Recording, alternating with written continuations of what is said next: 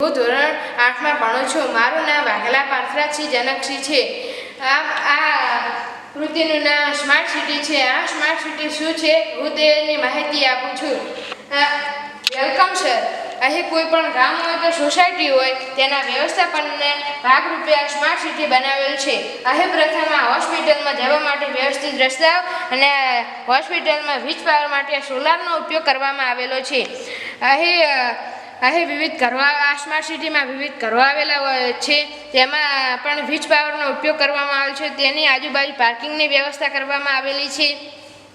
આ સ્માર્ટ સિટીમાં ગાર્ડનની પણ વ્યવસ્થા કરવામાં આવેલી છે. જેમાં બાળકોના મનોરંજન માટે વિવિધ પ્રાણીઓના સ્ટેચ્યુ પણ બનાવવામાં આવેલા છે. અને આ સ્માર્ટ સિટીમાં વરસાદનું પાણી પડે તો સીધું જ પાઇપલાઇન દ્વારા બોરમાં જાય છે.